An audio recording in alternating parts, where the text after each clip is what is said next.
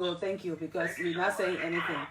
Okay, fine. Let's leave it like that and Yeah, then. let's Yeah. take can I say break Yeah, or we yeah, just yeah. go straight Just, into no, discussion?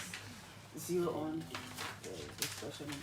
Okay. Yeah, so um this morning we have with us Thomas Bonda, a Liberian, young Liberian advocate, very passionate about the issue of drug use, illicit transactions of drugs in this country. We focus on young people, so he will detail for us. His conversation this morning is coming on the heels of the recent stampede in Yucatan, where some of our brothers are accused of instigating the violence and leading to the death of 29 persons. So I'd like to say good morning, Thomas Bondo. As a matter of fact, he's a very, very good fan to the station. One of our renowned former president of the fan club. I'd like to say good morning, welcome. Hi, good morning. I'm not the former president, I'm still the president. Oh, you said the president. I thought James took you off. She is the advisor, I'm still the Oh, president. okay. Okay, so let me say good morning, Vanny, good morning, Olive, and good morning, Dula. It is a pleasant thing being in the studio this morning. I want to say thank you for the opportunity provided to us to discuss the issue that matter most. Tell us what driving this passion so much about the issue of drug use, illicit drug use in our country. We'll focus on young people. What is the secret behind your passion? Well, my passion has to do with my own story, my background, where I grew up, the life that I went through as a kid. I lived in a community that was engulfed by ghettos, where crimes were the order of the day. Just imagine we're during the time of former President Tito, where we bought these illicit substances for elderly people. He thought about somebody say go buy Jane John brand, which means the grass, the King Jew, and the cigarette. We bought all those stuff for older people ignorantly. And we saw other young people that were involved with the use of just how they were being treated. And we went through a lot. So coming up, I decided to change the history of my community, my family. And I did not to sit down, but to move and be the change that I want to see. So this is why get me into advocacy, because I know the implication of drugs on the individual, the family, the community, and the society at large. So we cannot sit there to look at our young people dying the way they are dying, going mad. These days you can identify the Zogo from a crazy man. You just go with red down here, you see what I'm talking about. Even though in the city, so you have seen these things. So our young people, the situation in the country now, it is not to be underestimated. Honestly, when it comes to the issue of drugs. So that's my passion. I'm committed to it, and I'm in it with my all. What kind of youthful population do you envisage in years to come? Is it a drug addicted youth population or a drug free population? If care is not taken, I did a communication to His Excellency Dr. Josh Manning Weah through my organization from our own research funding, and there was some recommendation there to help with the mitigation of drugs. And When was that? It was last year, September 6th. Yes, September 6th, 2001. We did that communication to His 2021, sorry, 2021. We did that communication, and in that communication, we discussed the effect of drugs on the state, on the individual, on the family, and we talked about remedies to help to mitigate the challenges. And besides, we included in that document a pen drive. We included a pen drive, 4 gig pen drive, that during the left that our young people are living in the ghettos. We interview those people. All of those interviews we recorded everything and we put it to the pen drive so the president can listen to how the young Liberians are suffering in the ghettos. Go Zimbabwe, on the highway. Go Zimbabwe, you see what I'm talking about. Go right around the Turkey City Junction. Go Bernardsville, where they get the Sapo Ya, Bernardsville Junction, where they get the Sapo Ya. That place. So we told the president in that communication that if care is not taken in a not too distant future, we have a Liberia that will be very, very ungovernable. And honestly, we are getting to it. I think I saw something on the internet, even though I didn't really follow in detail, but they said that the Zogo release. I saw that. Yeah, I you saw also that release. Yeah, I don't know if really. I've been hearing about I don't really know if it's Zogo release, but they say it is Zogo release. in response to the situation. Yeah, in response to the situation in West Point. In Yucatan. In Yucatan, sorry, they are demanding the release of those that were arrested and put in jail. In fact, the Zogo are boasting how they are more powerful and they are enormous. They can beat down the police. Do you see your Simian terrorist uprising? Do you see? I mean, Zogos, if not taken care of, do you see Liberia turning into a terrorist zone? Definitely. I said the country will be very uncomfortable. Everything on the fact is what took place in Yucatan just a few days ago. And he saw that besides the Civil War, even during the Ebola crisis, we now lost 29 persons in a day. So besides the Civil War, that is the most heavy disaster I hit Liberia for 29 persons to die in a single day. So can you imagine? Let me tell you something. Most of the capital crimes, like rape, murder, and other crimes. Drugs addiction is the parent to all. So, if the president, His Excellency, Dr. George Mani Weah, will muster the courage to declare drugs addiction a national emergency and constitute a national task force that will be very robust in handling the issue of illicit drugs, we make some mark. The country goes forward. Forget about including the DEA, because some of them can be in the ghettos. Some of them can be in the ghetto and go to my ghetto offices. I can see some DEA men. In fact, the guys will tell you that are they carrying on raid or what? They are are not they doing carrying there? on. Some of them are using drugs. The guys, Anyway, it's are an coming. allegation. Okay, Yeah. People have to respond to it. But let us look at the source. 1 minute. The guys will tell you in the ghetto that anytime the DA guys are coming to raid, some of them will call us to give us info to tell us that so they will be coming, so you gotta be alive. Do you have picture of the officer in the ghetto? I said the guys can be the ghetto. Most of the time, I won't let you take a picture. But again, I will show you. I will bring some these things Zogos. They will tell you about it. Someday when I go my ghetto offices, I will invite you to go with me to see what I'm talking about.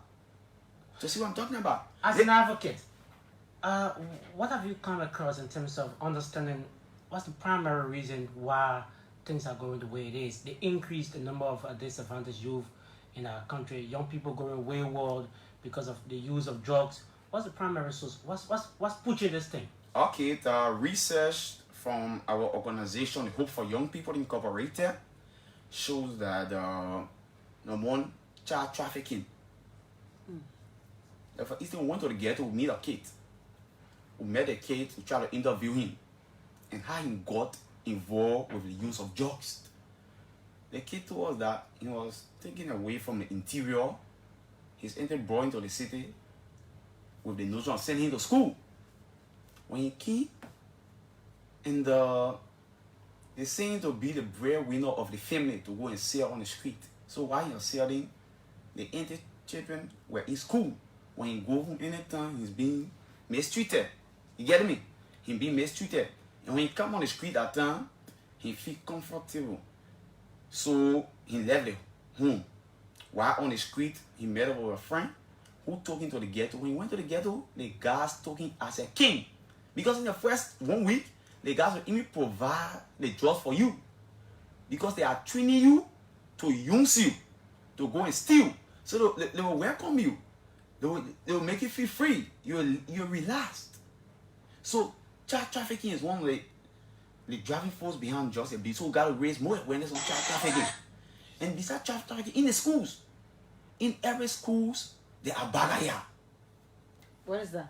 Bagaya, where young people in Galo, they doing all that illicit things there. Some are playing gamos, some are selling illicit drugs, some are selling cayenne, some are selling peanut butter, milk candy, kiss me barbecue in the school, in the classroom.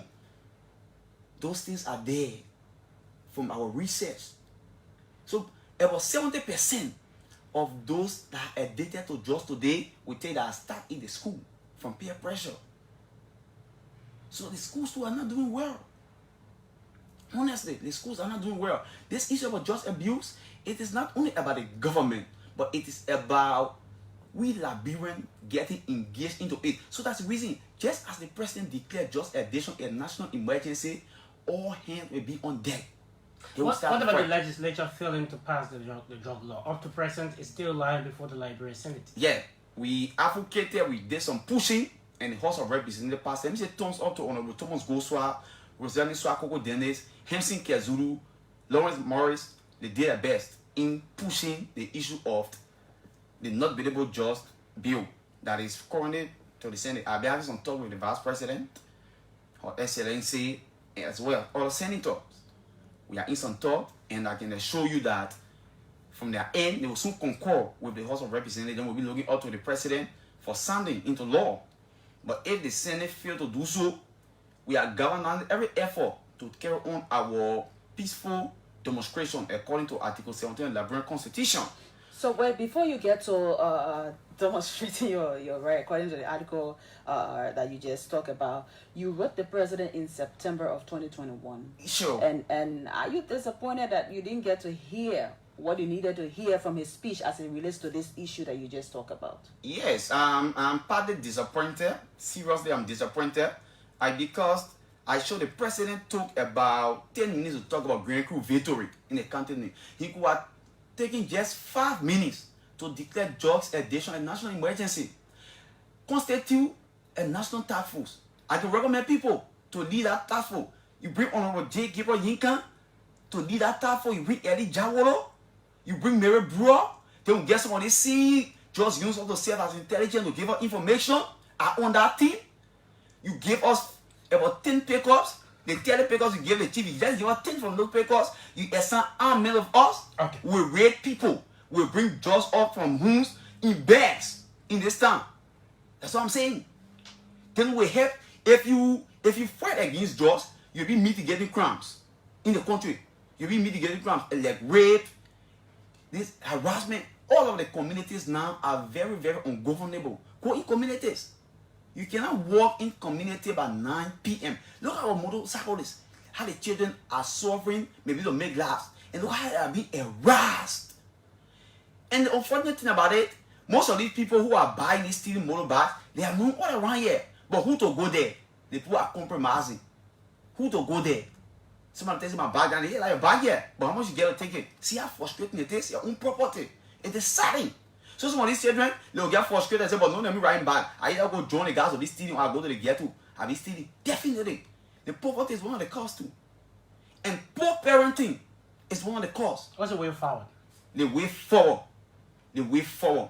The president, I'm saying it, read my lips. The president, we are calling upon him to use his constitutional mandate to declare drugs addiction a national emergency and constitute a national task force that will be very robust and uncompromising when it comes to the issue of the proliferation of illicit drugs in the country. The president will take that step. Tell the religious community, they need to come in, they need to step in. The religious community needs to step in. The traditional community, parents, schools, authority, civil society organization.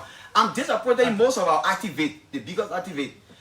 Every time we talk about government doing this, we talk about government, and some of them, when you look at it, alleged they because they try to do some kind of business with some of these people that they are not successful, so they bring up the issue to talk about activists. But why can't they talk about these issues in society? I challenge Costa to raise his voice against the issue of just addiction. I challenge Martin Collins to raise his voice to talk about the issue of just addiction in Liberia. There are people that are doing best, but we need more folks behind this issue of just addiction in the country. And you, the journalists, you are also doing well for the fact that you provide this platform for me free this morning to talk about this issue. Can we go you? Thank you so much. Before we take any call, let me quickly welcome the police spokesman, Moses Carter. I'd like to say good morning. Good morning. It's a pleasure joining your presentation this morning. Welcome. I guess you have a very burning issue you want to spew out to the public. Right. I think one of the issues flagged this morning was the issue of vehicles for the police, right? Yeah, Olive tried to put a spin on that. Yeah. So I just called to make the public to understand that the government is very supportive. Excuse me. The government is very supportive of the police, and this is something that we say without some hesitation. But the government is very supportive of the police. The government, in its initial gave us 15, pickups, and now the government has allocated over $1 million, in the budget for the procurement of, vehicles for the police and other logistics. So we have a total of over $3 million, which is in our current budget as a way of making the police very effective in terms of logistics. Hello. So I just want to say this very clear that the government Hello. is very supportive. Mr. Carter. Hello. Mr. Carter, just Hello. yeah, thank you very much. Olive got a question for you. Hello. Just hold on. Yeah, go ahead. Okay. I heard you made mention of the police receiving 15 pickups. Is that correct? Yes. Those pickups were given to us last year, and they are currently in use for police operations. As a matter of fact, those pickups help us in terms of real-time response to, situations. Okay. I will hold you there again. The 15 pickups. Where are they presently? Those pickups Are they in outside use. Monrovia? Our officers, yeah, they are in use. Our officers, we have some of them given to traffic, some of them given to operation. Basically, they are used operationally. Those pickups are used operationally, and they are very helpful in terms of operations. I know if you're using the pickups, you will use it for operations. I'm asking. I live in Monrovia. I don't see much of them. So where are they? That's what I'm asking. I'm not. We didn't even say. Some of them in Monrovia and some of them in the counties, but all of them were not distributed to the 15 counties because Monrovia has a huge concentration of activities.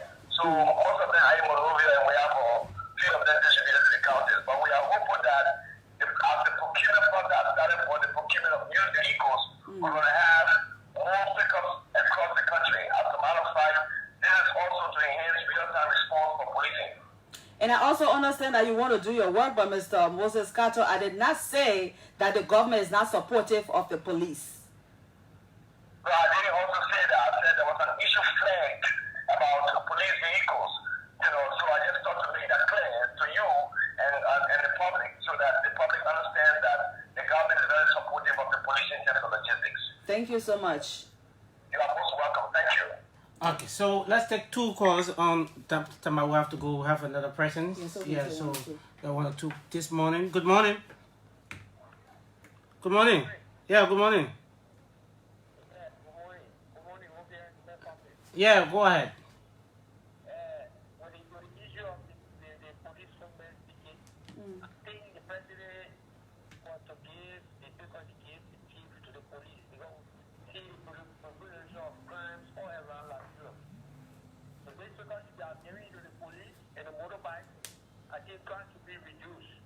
Okay. Thank you. I'll call her Yeah, again. go ahead. Okay. Yeah. Okay. Let's take you. Good morning. Good morning. My name is John Decker, and I called from Monrovia this morning. Go ahead, please. I am so surprised. These people, you got to defend the job. Always at the Capitol, the police director or commissioner told the legislators that some police officers are only taking place for 12 months. They do not have any internet in a police station, and the reason why they're not even connected to internet. And then one Moses Carter came in and got to send The police spokesman. Hello? The police spokesman. Hello? Let's give him his Hello? respect as the police spokesman, please. Chief. Hello? No, you Hello, not good respond to morning. him that way. One Moses Carter, Please, you got the to police call spokesman, him just give him the due respect, please. please. You not, Moses Carter, the police, look at the police spokesman. yeah, I'm yeah. taking back. So I pronounce that Thank you. Thank you. Go I ahead. just want you to know, I want all of you to know, your journalists, the police boss went and told the world that they don't have support. They don't. Some people are not taking pay for 12 months, and they don't even have internet to be connected to Interpol. I just want the world to know that. Thank you. Thank you so much, Vanya. I think we can leave it like that. Yeah. So, Tama, You can just you close can it. just close it quickly. We have another person coming up, and we don't want to. Okay. Yeah. Again, I want to say thank you for the opportunity. The organization is Hope for Young People Incorporated. I'm the executive director. They will reaffirm our call to the president to calmly declare drugs addiction a national emergency and constitute a national task force that will be very robust in handling the issue of illicit drugs. Our young people are dying. If you build all the infrastructure, you build all of the things around. If the younger generation are not prepared to take over after you shall leave power, where will this country go? Nowhere. Will be sent for expatriate. Okay. So thank you for the opportunity again. Name is Thomas Tamabono. Thank you. Okay. Thank you so much. Thank you so much, Thomas Tamabono.